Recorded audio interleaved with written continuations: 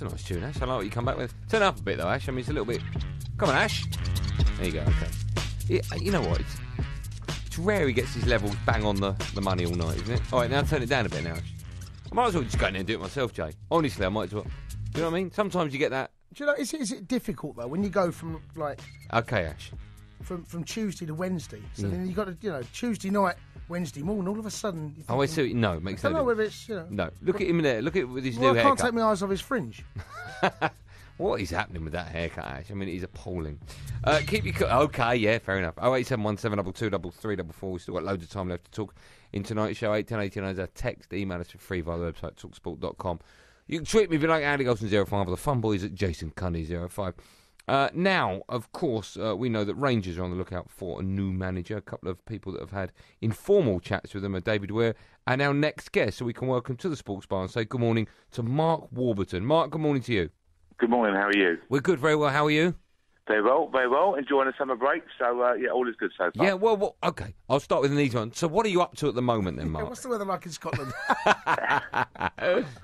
Not at all. No, it's starting in leafy Hertfordshire, and as I say, we've had our season review, a couple of games of golf, and a bit of time with the family, so nothing more than that. Are you good at golf? What's your handicap? Are you a bit of a bandit? I used to be a bandit. I used to be an outrageous bandit, but now I'm just a cheat, basically, so nothing more than that. What do you play off? No, I used to be low. I used to be lowish, but now it's a lot higher, unfortunately. See, have you noticed, Jay, he's not telling us the number, just in case we ever face him at golf. Ish. Exactly. It ranges between 5 and 25, and whatever day may be, we'll pick somewhere in between. Okay, now listen, of course, one of the things we've got you on to talk about is the latest goings-on at Rangers. We understand from reading press clippings and hearing on the news on TalkSport and so on that you are supposedly having informal chats with them. Have you spoken to them at all, Mark, if you don't mind me asking? No, I've got to be honest. We've had informal chats with a couple of clubs. It wouldn't be right for me to say any names at all, but as I say, I've seen lots of rumours and heard lots of rumours, but from my point of view, we just had David and I had a couple of informal chats with a couple of clubs, and hopefully, as I say, if all goes well, they go forward from there, but nothing more than that right now. You definitely want to get back into football, though, as soon as possible? Yeah, I've got to be honest, a lot of people say to you about, take 3 or 4 months out and whatever else. That's not my style, Andy. I like working, I like being busy, I like knowing what I'm doing, so I'd very much like to try and hopefully get offered the right opportunity. But football is a tough game, and its reality is you've got to try and find the right job at the right time. How does it make you feel, though, when you're installed as the bookies' favourites to take over at Rangers by the Daily Record, with the paper that published that article? I've got to be honest, Jason, I worry about the fact that it looks disrespectful. There's managers or coaches in situ, and you know what the game's like. It gets reported wrongly, and my biggest concern will always be the fact that you've got to be respectful to people who are in the job.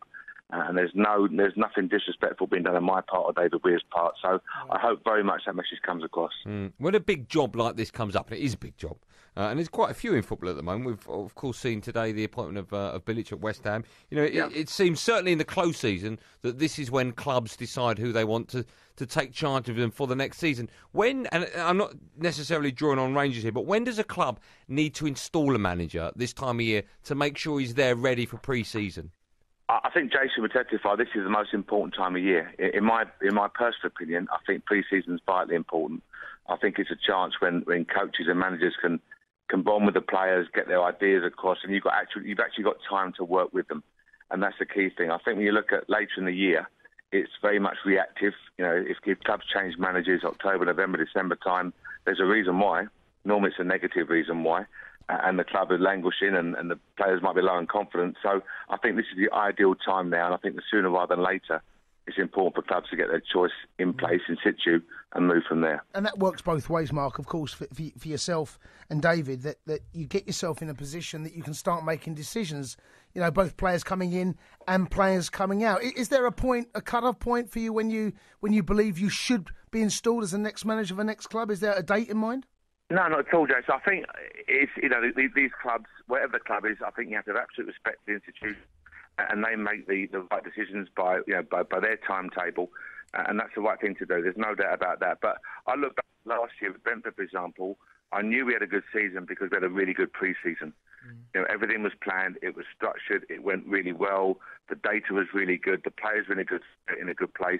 And I had no doubts, absolutely no doubts that we were going to have a good season. I think that's really important. So for me, given the ideal scenario, that's the most important time of the season. Jason, obviously, with your playing career, you might have a different view, but I think it's vitally important. If a player is out the game for, I don't know, 6 months, a year, of course he'll lose that fitness and he'll lose, not in touch with the game, but, you know, it will take him some amount of time to get back into it. What's it like for a manager the longer he's out of work for? How difficult is it to get back into it? And what do you miss most about it, Mark?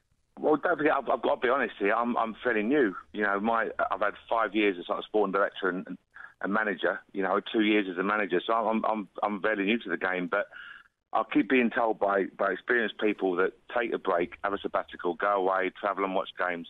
I don't agree with that. My past industry, my past background would be you get straight back into it. You enjoy what you do. You want to keep on learning. You want to keep on pushing forward, and you want to see how good you can be.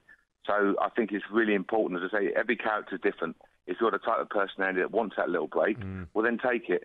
And as I say, no two people are the same. But I think it's really important to do what you think is right.